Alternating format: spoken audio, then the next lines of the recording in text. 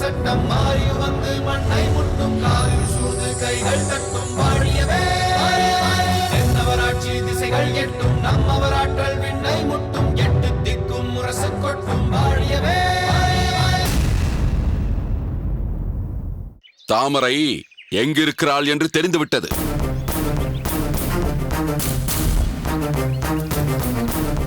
எங்க இருக்கிறாள்? சேர நாட்டில். அங்கு அவள் எப்படி போனாள்? அங்கு அவள் யாருடன் இருக்கிறாள்? என்ன அதெல்லாம் உனக்கு எதற்கு? அது தெரிந்தால் இடும்பனை தேடுவது எளிது. அதற்காகத்தான் கேட்டேன். எனக்கு கிடைத்த செய்தியில் படி பார்த்தால் தாமரை சேர நாட்டின் அரண்மனையில் பாதுகாப்பாக இருக்க வேண்டும் என்று தெரிகிறது. அடே அப்பா, தாமரை மிகவும் பெரிய இடத்தில் தான் சென்று சேர்ந்திருக்கிறாள். இனி என்ன பிரச்சனை இருக்கிறது? நீங்களே சென்று எளிதாக அவளை அழைத்து வந்து விடலாமே. அதுதான் இல்லை, அவ்வளவு எளிதாக அதை செய்துவிட முடியாது. ஏன்? என்ன நீ எல்லாவற்றையும் துருவி துருவி கேள்வி கேட்கிறாய்? அரண்மனை ரகசியங்கள் எல்லாவற்றையும் உன்னிடம் சொல்ல வேண்டுமா? இல்லை இல்லை, இந்த காட்டுவாசிக்கு நாட்டு நடப்பெல்லாம் எதற்கு? நீங்கள் என்ன சொல்கிறீர்களோ அதை செய்ய காத்திருக்கிறேன். இடும்பனை கண்டுபிடித்து என்னிடம் கொண்டு வாருங்கள், அதுதான் எனக்கு வேண்டும். இவ்வளவு பெரிய சோழ நாட்டு அதிகாரியான நீங்களே சொல்லிவிட்டீர்கள். எனக்கு இடும்பனை பிடிக்காதுதான். ஆனாலும் நீங்களே சொல்லிவிட்ட பிறகு நான் அவனை விட்டு விடுவேனா? எவ்வளவு சீக்கிரம் அந்த இடும்பனை பிடித்து வர வேண்டுமோ அவ்வளவு சீக்கிரம் பிடித்து வந்து நிறுத்துகிறேன் பாருங்கள். நீ மட்டும் அதை செய்து காட்டு, நான் உன் வாழ்க்கையையே மாற்றி காட்டுகிறேன்.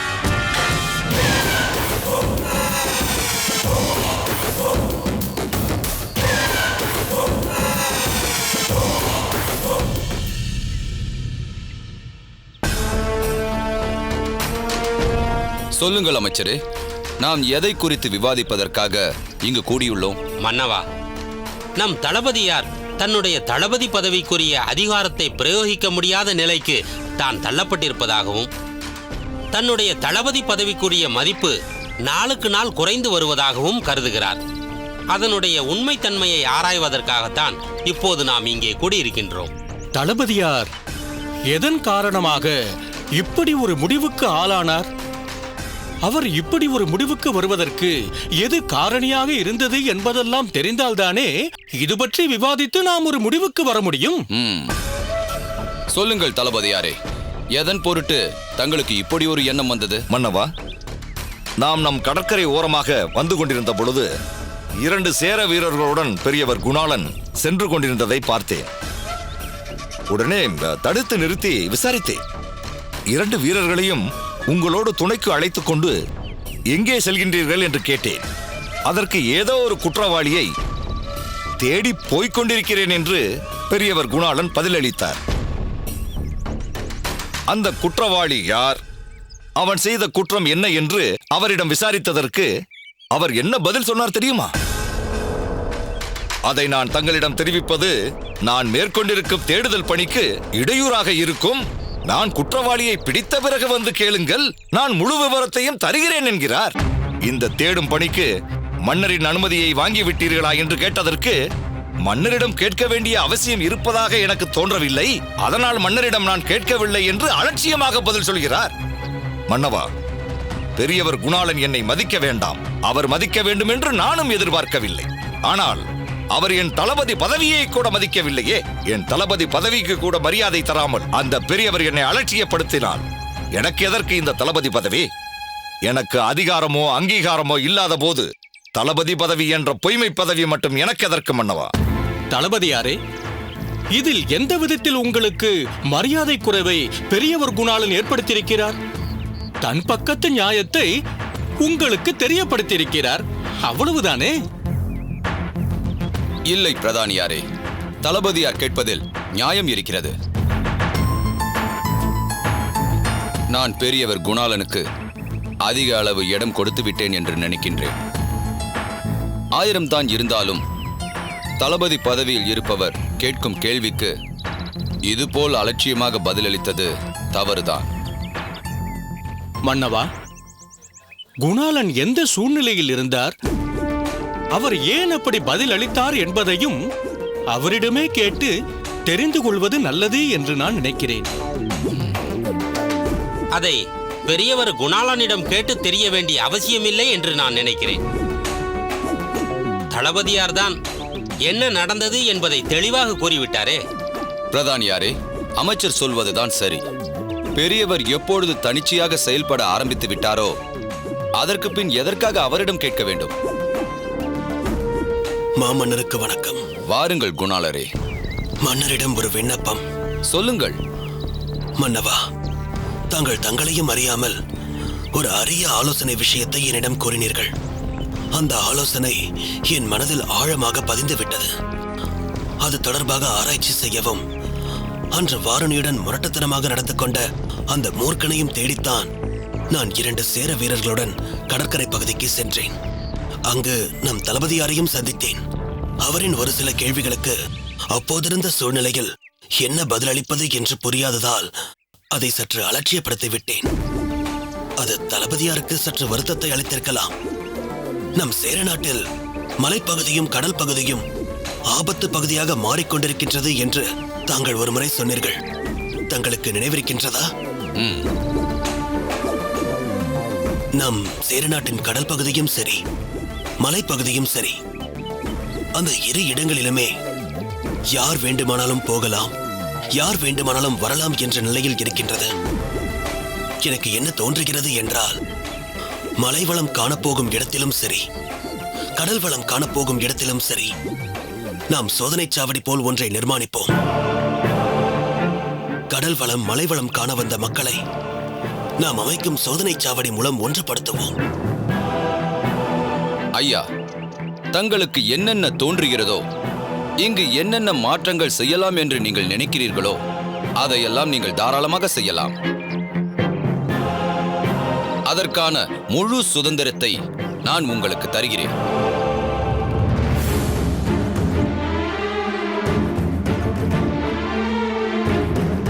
இனி அவர் கேட்கிறார், இவர் கேட்கிறார் என்று எவர் கேட்கும் கேள்விகளுக்கும் நீங்கள் பதிலளிக்க வேண்டிய அவசியம் இல்லை. உங்களது பணியை நீங்கள் தொடரலாம். அமைச்சர், பிரதானியார், தளபதி என்று யாருடைய குறுக்கீடும் இனி உங்களுக்கு இருக்காது. நன்றி மன்னவா, நான் வருகின்றேன்.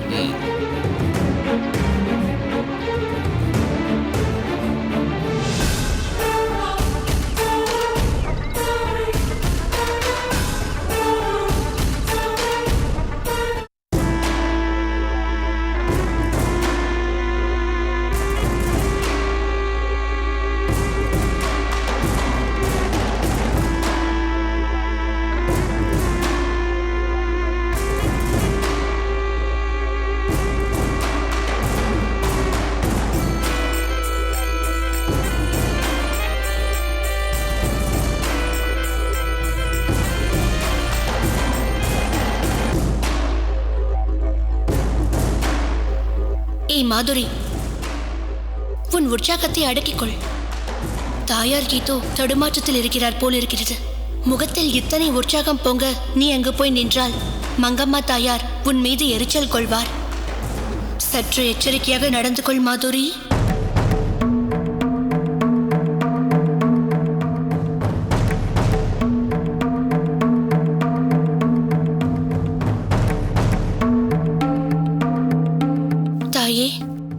என்ன சொல். தாங்கள் ஏதோ கோபமாக இருக்கின்றீர்கள். யார் மீது உங்கள் கோபம்? எனக்கே என் மீது கோபமாக இருக்கிறது. நான் எதை எதிர்பார்த்து இந்த பாண்டிய நாட்டிற்குள் வந்தேனோ அது நடைபெறவில்லை எனும் போது எனக்கே என் மீது எரிச்சலாக உள்ளது. பாண்டிய மகாராணி பஞ்சவன்மா தேவியின் மனதில் இடம் பிடித்து அவரை மெல்ல மெல்ல என் வழிக்கு கொண்டு வந்து அவர் மூலமாக எத்தனையோ காரியங்களை நிறைவேற்றிக் கொள்ள வேண்டும் என்று நான் ஆசைப்பட்டேன். இளம் வழுதியை மீட்பதற்கு என்ன நடவடிக்கை எடுத்துக் கொண்டிருக்கிறார்கள், அதை யார் மூலமாக நிறைவேற்றப் போகிறார்கள் என்றெல்லாம் தெரிந்து கொள்ள நான் ஆசைப்பட்டேன். அந்த ஆசை என் முதல் சந்திப்பிலேயே நிராசையாகிவிட்டது. பாண்டிய நாட்டிற்கு வந்த பெண் மகாராணியாரை முதன்முறையாக சந்திக்க போன போது மலர்கொடி ராசி இல்லாதவள் என்ற அஸ்திரத்தை நீங்கள் பயன்படுத்த போய் அது உங்களுக்கு எதிராக திரும்பிய கதைதானே? அதை ஏற்கனவே என்னிடத்தில் சொல்லிவிட்டீர்கள். பாண்டிய தளபதி மணிமாறனை சந்தித்து அவனுடைய பழைய கதைகளையும் அவன் தவறவிட்ட சந்தர்ப்பங்கள் பற்றி நினைவுபடுத்தி சேர நாட்டிற்கு எதிராக பாண்டிய நாட்டார் எடுத்துள்ள நடவடிக்கைகளை நீ தடுத்து நிறுத்திவிடு என்று அந்த மணிமாறனிடம் கூறினேன். அவனோ அதை பாண்டிய மன்னர் ஏற்கனவே செய்துவிட்டார் என்கிறான். இப்படி நான் பாண்டிய நாட்டிற்கு வந்த நாள் முதல் இந்நாள் வரையில் எனக்கு எந்த ஒரு காரியமும் வெற்றி அளிக்கவில்லை. ஆனால் நான் இந்த பாண்டிய நாட்டிற்குள் வந்த முதல் நாளிலிருந்து இந்த நாள் வரையில் எனக்கு எல்லா காரியமும் வெற்றியைத்தானே அளிக்கின்றது. நாட்கள் செல்ல செல்ல எனக்கு இந்த பாண்டிய நாட்டின் மீது வெறுப்பு ஏற்படுகிறது. நாளாக நாளாக எனக்கு இந்த பாண்டிய நாட்டின் மீது ஆசையாக அல்லவா இருக்கின்றது. அதனால் நாம் நாளையே சோழ நாட்டிற்கு திரும்பி செல்லலாம் என்று முடிவெடுத்து விட்டேன். நம் பயணத்திற்கு வேண்டிய ஏற்பாடுகளை செய். தாயே, என்ன? எனக்கு ஒன்று தோன்றுகின்றது. சொல். எனக்கு பாண்டிய தளபதி மகேந்திரன் சில நாட்களாகத்தான் பழக்கம். நான் பழகி பார்த்த வரையில் அவர் மகா புத்திசாலியாக தெரிகிறார். அவரிடம் ஒரு தனித்தன்மை இருக்கின்றது. எதையும் கூர்ந்து கவனிக்கும் திறன் இருக்கின்றது. தளபதி மணிமாறனை சந்தித்து பேசிய நீங்கள் ஒரு முறை இவருடனும் பேசி பாருங்களேன். இனி எவருடனும் பேசி எந்த பயனும் இல்லை. உண்மைகளை தெரிந்து கொள்ள வேண்டுமானால் மன்னர் பெரும்பழுதியிடம்தான் நேரடியாக கேட்க வேண்டும். இது நன்றாக இருக்கின்றது. நீங்கள் நேரடியாக பாண்டிய மன்னரிடமே கேட்டு விடுங்களேன். மாதுரி, நீ என்ன உன் சுயநினைவோடு தான் பேசுகின்றாயா? உனக்கு கொஞ்சமாவது அறிவிருக்கிறதா? நான் எப்படி பாண்டிய மன்னரிடம் நேரடியாக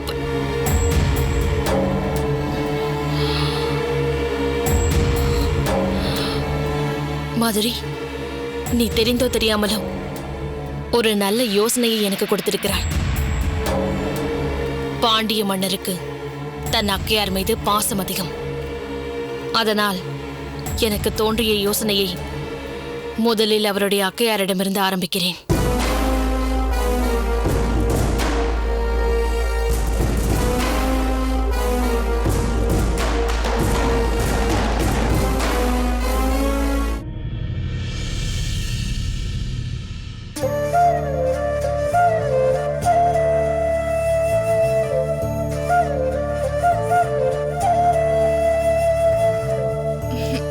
பூங்கோதை,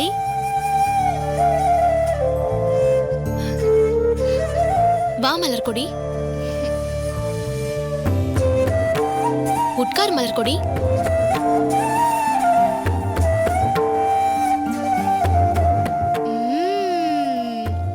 அடடா, உணவு பண்டங்களின் நறுமணம் நாசியில் புகுந்து நாவில் எச்சிலூறும்படி செய்கிறது. அப்படியா சொல்கிறாய்? அதில் என்ன சந்தேகம்? மாமன்னருக்காக செய்யப்படும் அறுசுவை உணவை உண்டு பழகிய உன்னையே இந்த நறுமணம் கவர்கிறது என்றால் நிச்சயம் கதிர்காமன் ருசித்து சாப்பிடுவான். என்ன, கதிர்காமனுக்காகவா இவையெல்லாம் செய்யப்பட்டிருக்கிறது? ஆமாம், உன் தந்தையாரும் இங்குதானே வருவார். அதை பற்றி நீ ஏன் சொல்லவில்லை? அவர் என்று உணவருந்த வருவார், என்று வரமாட்டார் என்று சொல்ல முடியாது மலர்கொடி. ஏன்? அரச பணிகளில் ஈடுபட்டிருக்கும் நேரத்தில் தொடர்ந்து அங்கேயே இருக்க வேண்டி நேர்ந்தால் அங்கு பணிபுரிபவர்களுக்கு என்ன உணவு தரப்படுகிறதோ அதையே வாங்கி சாப்பிட்டு விடுகிறார். அப்படித்தான் இருக்க வேண்டும்.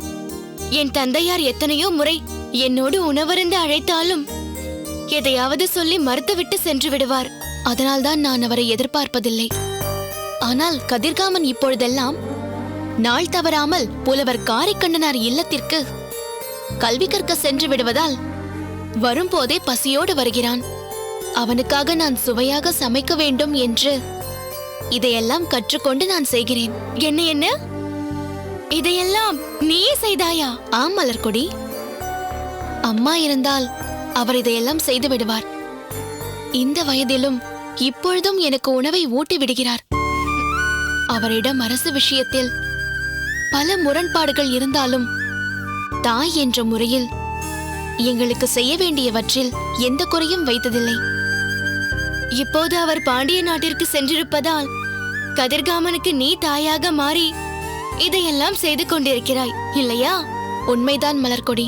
உன்னை நினைத்து நான் மிகவும் பெருமைப்படுகிறேன் பூங்கோதை.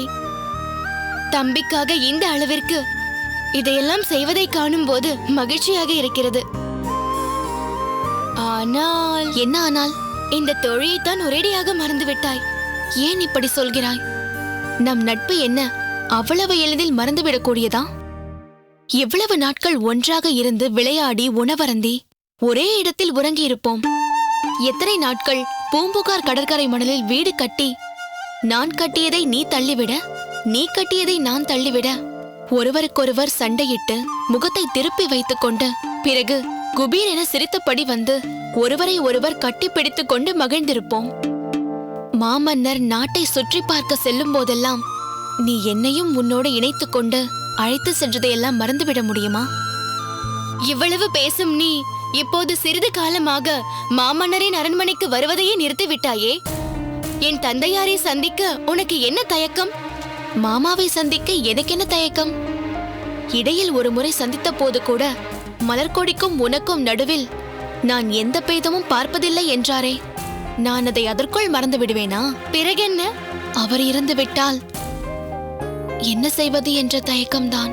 அவர் என்றால் தெரியாதது போல் கேட்டு என்னை சங்கடப்படுத்தாதே மலர்கொடி. என்று உன் அண்ணன் என்னை புறக்கணித்தாரோ அதற்கு பின் அங்கு வருவதற்கு எனக்கு தகுதி ஏது? அடியே பூங்கோதை, என்ன நினைத்துக்கொண்டு இப்படி பேசுகிறாய்? இவ்வளவு காலமாக நீ வந்து கொண்டிருந்தது எனக்காக வந்தாயா, இல்லை என் அண்ணனுக்காக வந்தாயா? நீ என் தோழி என்று நினைத்துக்கொண்டு உன்னை தேடி இவ்வளவு தூரம் வந்தேன் பார். என்னை சொல்ல வேண்டும். நான் போகிறேன். நில். எதற்காக இப்படி கோபித்துக் கொள்கிறாய்? நான் வரும் நேரத்தில் அவர் இறந்துவிட்டால் என்ன செய்வது? அதற்காக சொன்னேன். நீ வேண்டுமானால் என்னை பார்க்க வரும்போதெல்லாம் ஒரு சங்கீத குறிப்பு கொடு. அதை வைத்துக்கொண்டு அந்த நேரத்தில் என் அண்ணனை இருக்க விடாமல் விரட்டி விடுகிறேன். அடி போடி. என்ன பிறகென்ன? என் தோழி என்று நினைத்து உன்னிடம் என் சங்கடத்தை சொல்லிக் கொண்டிருக்கிறேன் பார். என்னை சொல்ல வேண்டும். பொங்கோதை, இப்போது நீ கோபித்துக் கொண்டாயா? அதற்கும் இதற்கும் சரியாக போய்விட்டது, சரிதானே? பொங்கோதை, என் அண்ணன் விஷயத்தில் நீ சற்று வரம்பு மீறி நடந்து கொண்டாய் என்றால் அதற்கு காரணம் நான் தானே. உன் மனதில் ஆசை கனவுகளை வளர்த்து அவரை தேடிச் சென்று தைரியமாக பேசும்படி செய்தவள் நான் தானே. எதற்காக அப்படி செய்தேன்? தோழியாகிய நீயே எனது அண்ணியாக வந்துவிட்டால் காலமெல்லாம் நாம் சேர்ந்தே இருக்கலாம் என்ற ஆசையால்தான். அண்ணனை வேறு எந்த பெண்ணோ மணந்து அவள் நான் வரும்போதெல்லாம் பாராமுகமாக இருந்துவிட்டால் என் மனம் வேதனைப்படும் அல்லவா? அப்படி ஒரு நிலைமை வராமல் பார்த்து கொள்ள வேண்டும் என்றுதான் நான் நினைத்தேன். இளம் வயது முதல் என் அண்ணனை பற்றி அறிந்த நீ அவர் குணமறிந்து நடந்து கொள்வாய், அவருக்கு உற்ற துணையாக இருப்பாய் என்று ஆசைப்பட்டேன். ஆனால் அது எப்படியோ மாறிவிட்டது. உண்மையை சொல்கிறேன் மலர்கொடி, நீ அப்படி ஒரு எண்ணத்தை என் மனதில் ஏற்படுத்தும் வரை எனக்கு அப்படி ஒரு எண்ணமே கிடையாது. ஆனால் அதற்கு பின் அது படிப்படியாக இதழ் விரிக்கும் மலரை போல் என் இதய தாமரையில் நிலை பெற்றுவிட்டது. அது உண்மை என்றால் நீ என்ன செய்ய வேண்டும்? என்னை பார்க்க வருவது போல் அங்கு வர வேண்டும். என் அண்ணன் அங்கு இருந்தால் அவரை பார்த்தும் பார்க்காதது போல் இருக்க வேண்டும். அதன் மூலம் அவர் மனதில் உன்னை பற்றிய சிந்தனை சிறிது சிறிதாக முகிழ்க்கும். அப்படியா சொல்கிறாய்? அதில் என்ன சந்தேகம்? கல்லுக்குள்ளும் ஈரமுண்டு என்று சொல்வார்களே, அது உனக்கு தெரியுமா? கல்லில் சிலை வடிக்கும் பணியில் பங்கெடுக்க வந்தவள் எங்கோ சென்று விட்டாள். என் அண்ணன் இப்போது பார்க்கும் கல்லிலெல்லாம் அவளை பார்க்கிறார். அது உடைந்து அதில் உள்ள ஈரம் கசியும் வரை நாம் பொறுமையாக இருக்க வேண்டும்.